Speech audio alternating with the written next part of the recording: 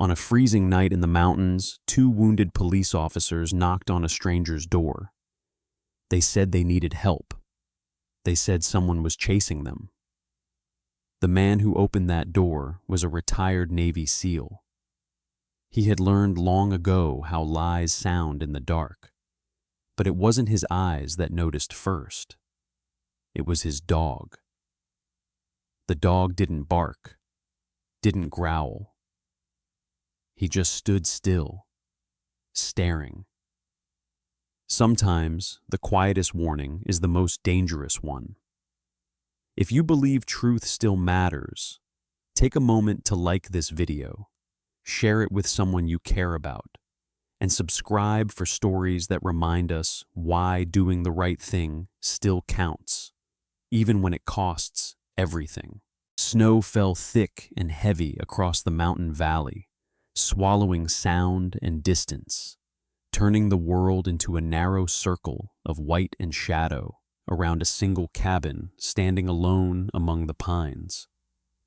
Daniel Cross had chosen this place precisely because storms erased footprints.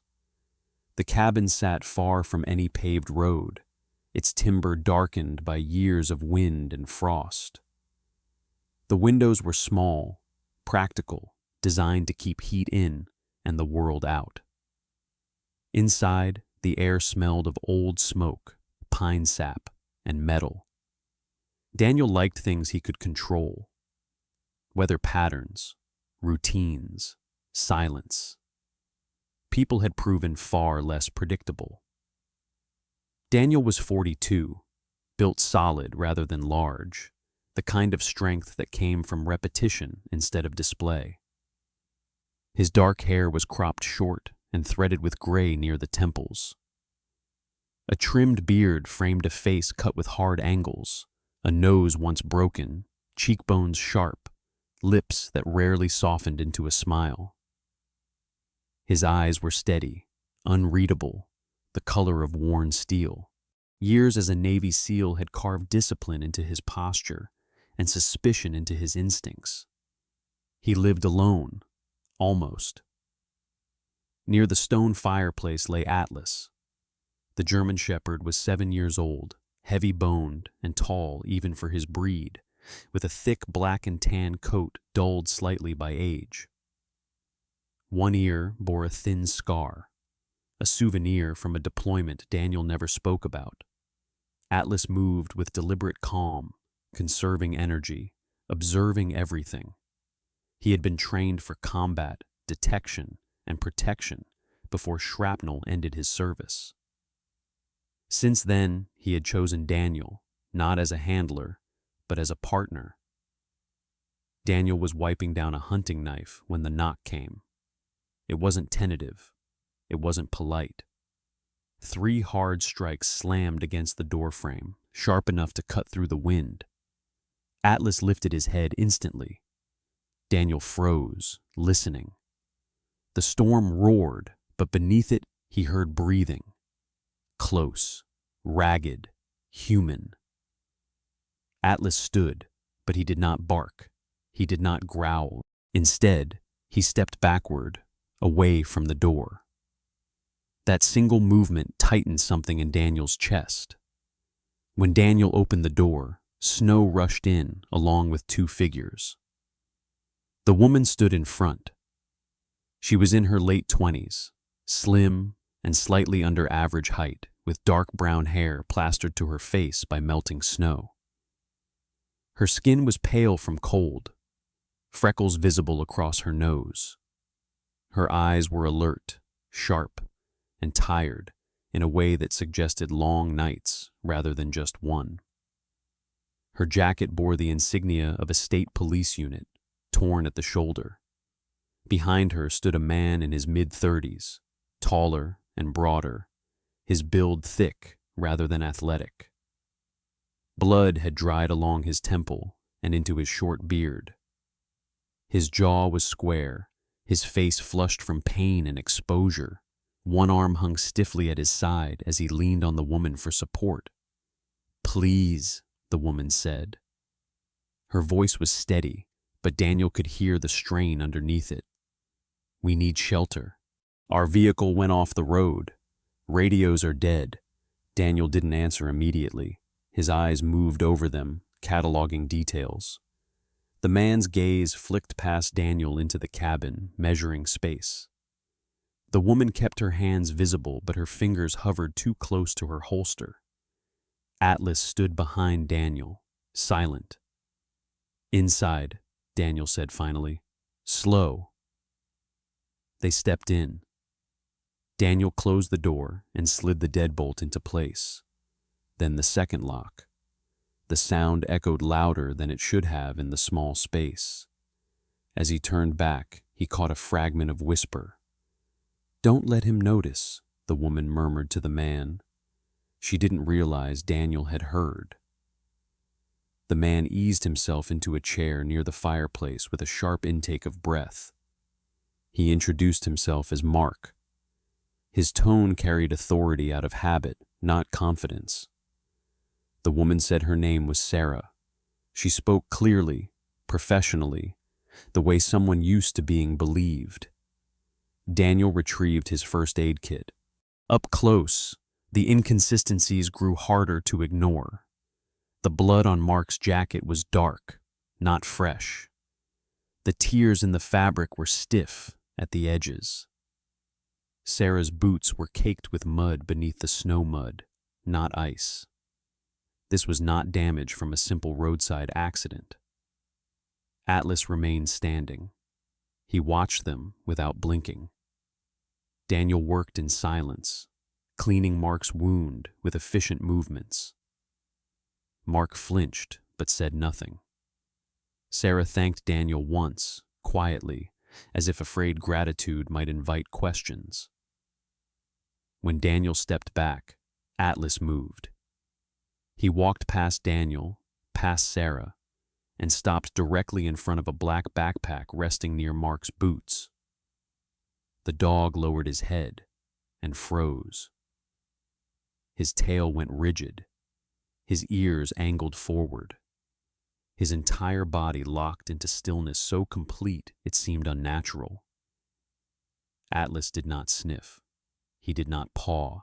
He did not growl. He simply stared. Daniel felt the familiar tightening in his gut, the instinct that had once kept him alive in places where hesitation meant death. Atlas had reacted like this before. Only once, years ago, just before everything went wrong. The cabin fell silent except for the storm pressing against the walls. Atlas stood motionless, eyes fixed on the backpack at Mark's feet, as if he had found something that did not belong. Daniel did not reach for the backpack. Not yet. Years of training had taught him that the most dangerous moment was not when something revealed itself, but when it almost did. He straightened slowly, keeping his movements neutral, as if Atlas's behavior were nothing more than curiosity. "Easy," he murmured, not as a command, but a reminder. Atlas did not move. The dog stood frozen, eyes fixed on the backpack at Mark's feet, body aligned in a way Daniel recognized instantly. It wasn't aggression, it wasn't fear, it was recognition. Daniel turned back to the man in the chair.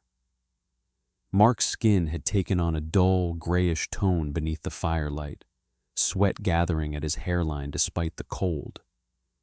His beard was uneven, hastily trimmed, with dark flecks of dried blood clinging to the edges. He tried to sit straighter when Daniel looked at him, but the effort caused his jaw to tighten. "That wound should have bled more," Daniel said calmly. Mark blinked. "It did." "It didn't bleed tonight," Daniel replied. "Not like that." Silence stretched. Sarah stepped closer to the fireplace. Up close, Daniel could see the fine lines of exhaustion at the corners of her eyes. She was tall and slim, her frame wiry rather than fragile, with long fingers and a rigid posture that suggested control was something she fought to maintain. Her dark hair had slipped loose from its tie. hanging damp against pale skin that had not seen much sun lately. When she spoke, she chose her words carefully, as if each one had weight. "We were off grid longer than we planned," she said. "Weather slowed us down." Daniel nodded once, as though accepting the answer. Atlas finally moved, but not away. He turned his head slightly and shifted his weight, placing himself subtly between Daniel and Mark. That was new. Daniel knelt to retrieve a roll of gauze from the kit. As he did, his elbow brushed the edge of the backpack. It tipped over. Something metallic slid free and hit the wooden floor with a soft, unmistakable sound. They all looked down. It was a keychain. Simple, cheap metal. A single key attached to a thin ring, along with a rectangular tag scratched with a name, Lucy M. Sarah inhaled sharply. "That's evidence," she said too quickly. "From a case." Her voice was steady, but her eyes weren't. They flicked to Mark, then back to Daniel. Daniel picked up the tag. It was worn smooth at the edges, as if handled often. The scratches weren't old enough to be weathered. "What case?" Daniel asked. Mark opened his mouth, then closed it again. Sarah answered. "Missing persons. A girl from outside Denver. Transient. No family." Atlas took one step forward. Daniel remembered Kandahar. A dusty courtyard. A man smiling while children hid behind him. Atlas, then younger, leaner, had stood just like this before everything exploded. "You keep souvenirs from all your cases?" Daniel asked. Sarah swallowed. "Sometimes families give things." "She didn't have family," Mark muttered. The words hung in the air, heavy. Daniel placed the keychain on the table without comment and resumed cleaning Mark's wound. As he worked, he noticed how Mark flinched when Atlas shifted behind him, not in pain, but in unease.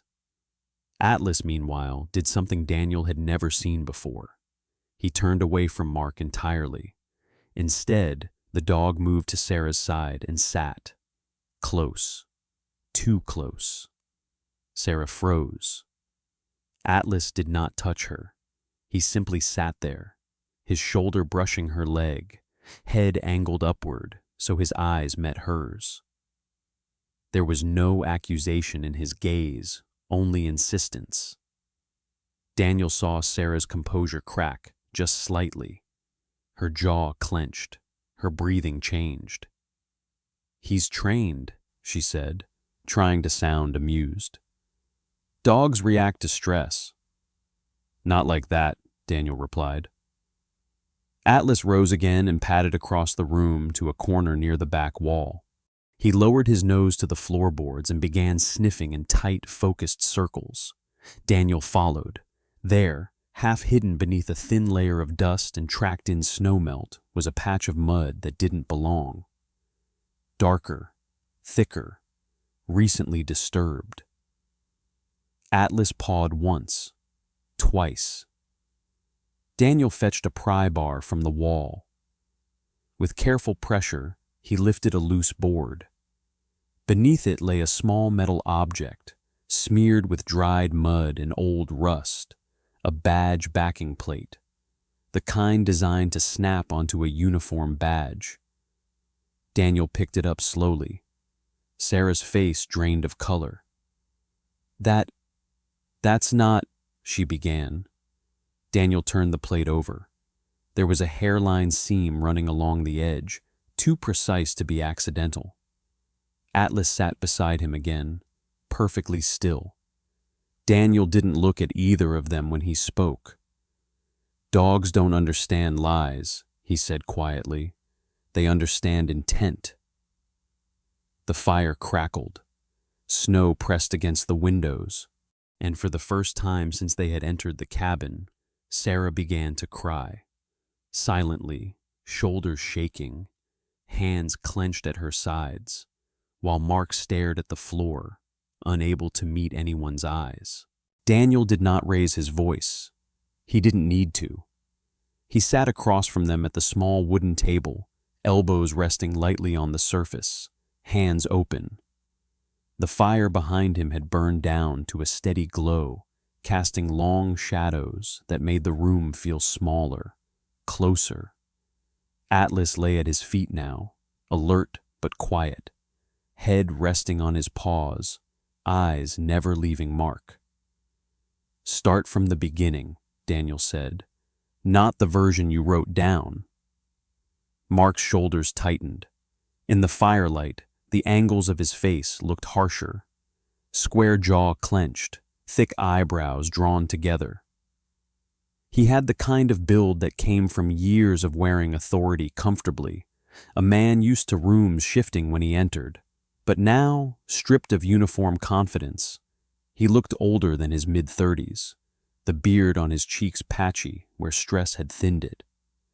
Sarah stood near the window. She was tall and lean, long-legged, with a runner's frame that suggested discipline rather than vanity. Her dark hair had been twisted back into a low knot, though loose strands kept slipping free. Under the cabin's warm light, her skin showed a faint yellow pallor, the kind that came from too many nights under fluorescent bulbs. When she turned, her eyes were red-rimmed but focused, as if she were bracing for impact rather than escape. "There was no crash," she said quietly. Mark shot her a look. She ignored it. "We parked the car 2 miles down the ridge," she continued. "Left it there." Daniel nodded once. "So no one was chasing you?" "No," Sarah said. Her voice shook, but she didn't stop. "No one was chasing us tonight." Atlas's ears flicked, then settled. Daniel leaned back. "Then why knock on my door?" Silence stretched again, thicker this time. Mark exhaled sharply. "Because everything went wrong." He rubbed a hand over his face, smearing dried blood along his beard. "We were called to check on a woman, homeless, late 30s maybe, living near a drainage culvert by the service road. Report said she hadn't moved in 2 days. Sarah closed her eyes. "It was freezing," Mark continued. "Wind chill below 0. We thought we'd find a body." Atlas lifted his head slightly. Daniel said nothing. "When we got there," Sarah said, opening her eyes again, "she was alive." Her voice cracked on the last word. "She was barely breathing," Mark added. "Hypothermic, confused, tried to crawl when she heard us." Daniel's gaze flicked to Atlas. The dog's body had gone rigid. "What happened next?" Daniel asked. Mark swallowed. "She grabbed my sleeve, wouldn't let go." Sarah's hands curled into fists. "She was scared. She thought we were there to hurt her." Atlas let out a low sound, not a growl, but something closer to a breath pushed through clenched teeth. "We told dispatch she was unresponsive," Mark said, "that she'd likely been gone for hours." Daniel felt something cold settle in his chest. "And then?" he asked. Mark's voice dropped. "We left." The word echoed in the cabin. Sarah turned away, pressing her forehead against the window pane. Outside, snow continued to fall, silent and relentless. "We told ourselves there was nothing we could do," she said. "That calling it in would mean paperwork, questions, supervisors asking why we hadn't responded sooner. That she wouldn't survive transport anyway." Daniel remembered the badge backing plate under the floorboard, the seam, the concealment. "By morning," Mark said, "she was dead." Atlas rose to his feet. Daniel raised a hand slightly, not to command, but to acknowledge. Atlas stopped, though his tail remained stiff. You wrote the report, Daniel said. Mark nodded. Exposure. No signs of struggle. And the dog? Daniel asked, already knowing the answer. Sarah turned back. Atlas was brought in later, standard procedure, canine sweep of the area. Daniel felt a flicker of recognition. Atlas had been loaned out once before retirement, during a joint operation with local law enforcement. He wouldn't go near the body, Sarah said. He kept pulling toward the culvert, whining, pawing at the ice. Mark's voice hardened. He was disruptive, aggressive. Daniel's eyes snapped up. He wasn't aggressive, Sarah said quickly. He was compromised, Mark cut in. That's what we put in the notes.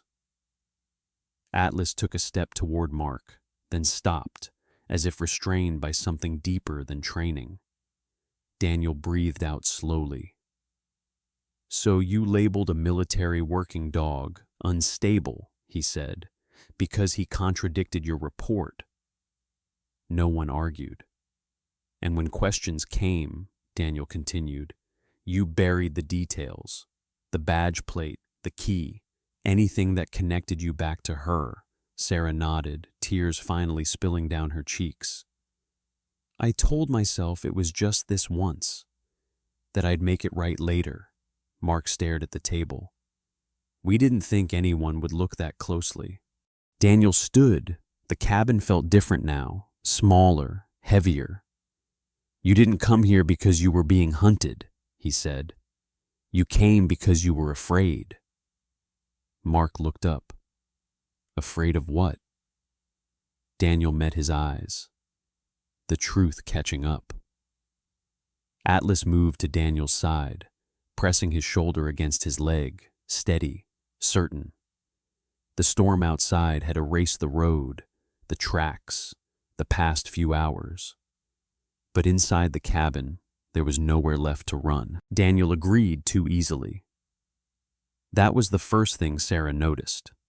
He listened without interruption as Mark talked about reports, about supervisors, about how mistakes sometimes became habits. Daniel nodded in the right places, asked practical questions, even suggested ways the story could hold together if anyone ever looked too closely. His voice stayed level, his posture relaxed. To anyone watching, it would have looked like cooperation. Atlas, however, never left Daniel's side. By mid-morning, the storm had thinned to a pale overcast, the world washed in gray. Daniel drove an old pickup down the ridge road, tires crunching through slush where snow had begun to melt. Mark sat in the passenger seat, jaw tight, fingers drumming against his thigh. Sarah rode in the back, silent, her arms wrapped around herself, as if she were cold even with the heater running. Up close in daylight, her exhaustion was harder to hide. She was tall and narrow-shouldered, her movements precise, almost brittle. Her skin had a washed-out look, as though she had lived under artificial light too long. When she stared out the window, her eyes didn't track the landscape so much as avoid it. This isn't necessary, Mark said, as the truck slowed near a stand of bare trees. We've already been here. Daniel didn't answer. He parked near a service road, half swallowed by mud and ice. The air smelled damp and metallic, the kind of cold that crept into joints rather than stung skin. Atlas jumped down first, nose already low to the ground. This is where the report says it happened? Daniel asked. Mark nodded. Near the culvert. Atlas moved ahead without waiting. The ground was soft from thawing snow, footprints blurred but not erased. Atlas circled once, then twice, sniffing in tight patterns. His tail moved slowly, methodically. Daniel followed, letting the dog lead. Sarah hung back. Her breathing had gone shallow. She kept rubbing her palms against her jacket, as if trying to wipe something off that wasn't there. Atlas stopped. He lowered his head and pressed his nose to the mud, then stepped sideways, following a faint line that veered away from the culvert. It wasn't obvious, just a shallow depression, barely noticeable unless you knew to look. "That's not in the report," Daniel said. Mark's voice sharpened. "The ground shifts when snow melts." Atlas ignored him. The dog tracked the line for several yards before stopping again, pawing once at the earth. Beneath the mud, the ground was darker, compacted by weight and movement. Sarah's composure fractured. "No," she whispered. "That's not." Atlas moved again, this time slower, more deliberate. He traced a path that angled downhill toward a narrow drainage ditch hidden by dead grass. Daniel could see it now, the faint marks of hands, the disturbed soil where someone had tried to pull themselves forward. Sarah covered her mouth. "We didn't write that," she said, her voice thin. "We said she was found near the culvert." Mark stepped forward. "Enough." He drew his weapon. The gun looked heavier in his hand than it should have, as if it resisted him. His stance was rigid, feet planted too wide, the posture of a man used to control but unfamiliar with confrontation without authority backing him. "Get back in the truck," he ordered. "Both of you." Daniel didn't move. Neither did Atlas. The dog stood squarely between Daniel and Mark, not baring teeth, not growling, simply present, a solid wall of muscle and calm. "Put it away," Daniel said quietly. "This won't help you." Mark's eyes flicked to the ditch, then back to Daniel. His grip tightened. Sarah stepped forward, panic breaking through restraint. "Mark, stop. You can't fix this." Atlas moved one last time. He followed the ditch to its end, where the ground sloped upward slightly. There, he stopped and sat, staring at a patch of earth scuffed raw, the grass torn away. Daniel felt the weight of it settle into his chest. This was where she had tried to crawl. The air seemed to press down, heavy and silent. Mark's arm trembled. Slowly, he lowered the gun. "There was nothing we could do," he said. But the words sounded hollow even to him. Sarah sank to her knees, mud soaking through her pants. Her shoulders shook as the truth finally settled, undeniable, written into the earth itself. Atlas remained seated, eyes fixed on the ground, unmoving. There were no more explanations to give. The shot went wide. It cracked the air and buried itself in a frozen tree trunk several yards away, sending a spray of bark into the gray morning. Mark stood stunned by the sound of his own weapon, arm locked, eyes unfocused. He hadn't meant to fire, not really. His finger had tightened without permission, a reflex born of fear rather than intent. Atlas did not lunge. He stepped forward once and stopped, placing himself squarely between Daniel and Mark. Broad chest lifted, head high. His mouth was closed. His eyes were steady. The message was unmistakable. There would be no escape through force. Daniel felt his pulse slow. He did not raise his hands. He did not speak. Sarah broke first. She folded in on herself as if something had finally cut the strings, holding her upright. Mud soaked her knees as she sank to the ground, shoulders shaking, breath coming in sharp, uneven pulls. In daylight, her face looked drawn and hollow, freckles stark against skin that had gone ashen. Her hair had slipped free again, dark strands clinging to her cheeks. "I didn't plan it," she said. the words spilling out between sobs. "I swear I didn't." Mark's gun slipped from his fingers and fell into the mud. Sarah pressed her palms into her eyes, as if she could erase what she was seeing. "She grabbed him," she continued. "She panicked. He panicked. He shoved her away harder than he meant to." Mark turned toward her. "Sarah?" "She hit her head," Sarah said, louder now, the truth gaining momentum. "She went down. She was still breathing. I told him to call it in. I told him we had to." Daniel watched Mark carefully. The man's jaw clenched, muscles along his neck jumping as if bracing for impact that never came. "And you didn't," Daniel said quietly. Mark shook his head once.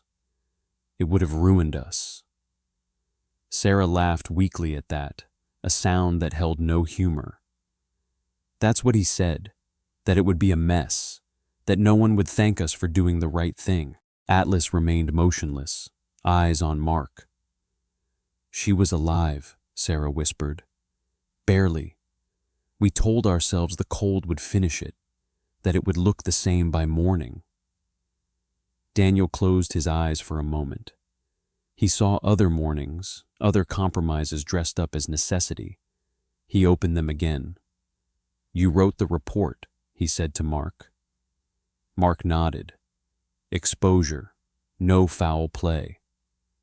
"And when the dog didn't agree?" Daniel asked. Mark swallowed. "We couldn't have a K9 contradicting us, so we labeled him unstable, aggressive." Atlas shifted his weight, breath steady, unoffended by the word. Sarah lifted her head. "I signed off on it," she said. "I told myself it was just ink on paper, that the system would swallow it like everything else." Daniel reached into the pocket of his jacket and pulled out a small, rectangular device. Its casing was scratched and dulled, the elastic strap brittle with age. An old body camera. He clipped it to the edge of his jacket and pressed the power button. A soft red light blinked to life. Sarah noticed first. "What are you doing?" she asked. "Listening," Daniel replied. Sarah's shoulders slumped further. She didn't argue. They talked then, not in a rush, but in fragments that slowly assembled into something whole. Dates, times, the call log Sarah had deleted, the supervisor who'd told them to keep it clean, the evidence they'd buried, both literal and otherwise.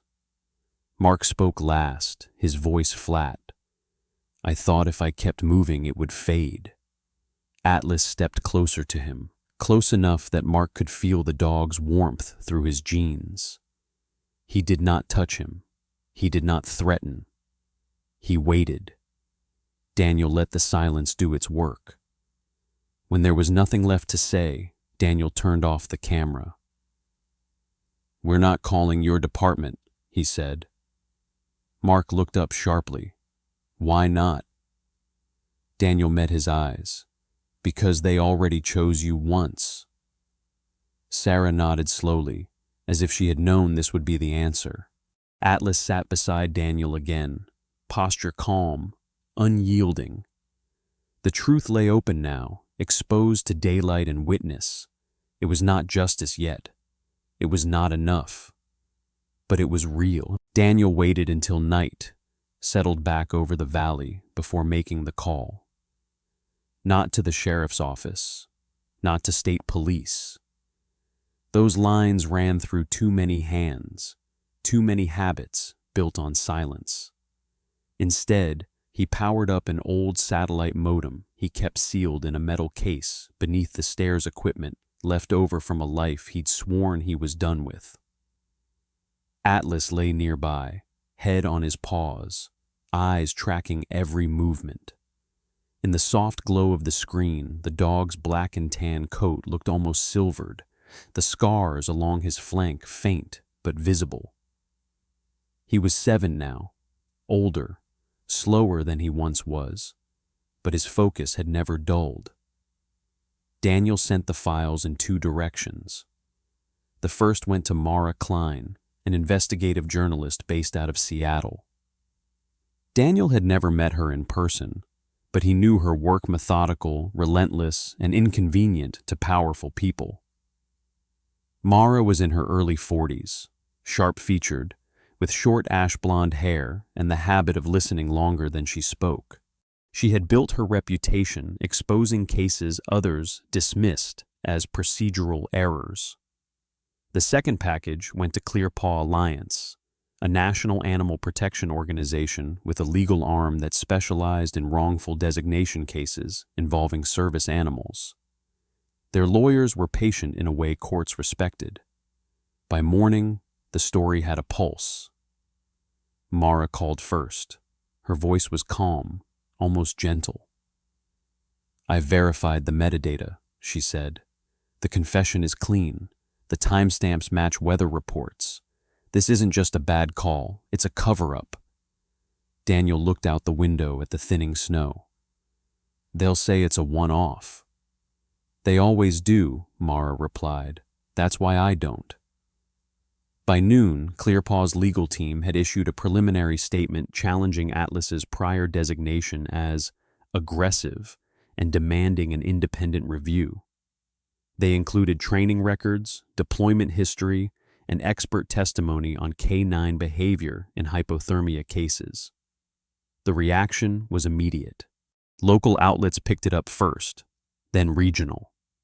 By evening, national networks were asking why a decorated military working dog had been flagged unstable after contradicting a police report tied to a civilian death.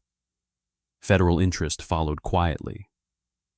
Agents from an external task force arrived 2 days later, plain clothes and unmarked vehicles, professionalism worn like armor. The lead investigator, Ethan Moore, was a tall, clean-shaven man in his late 30s with tired eyes and a careful way of phrasing questions. He listened more than he spoke, taking notes by hand, never rushing. Mark was taken into custody without ceremony.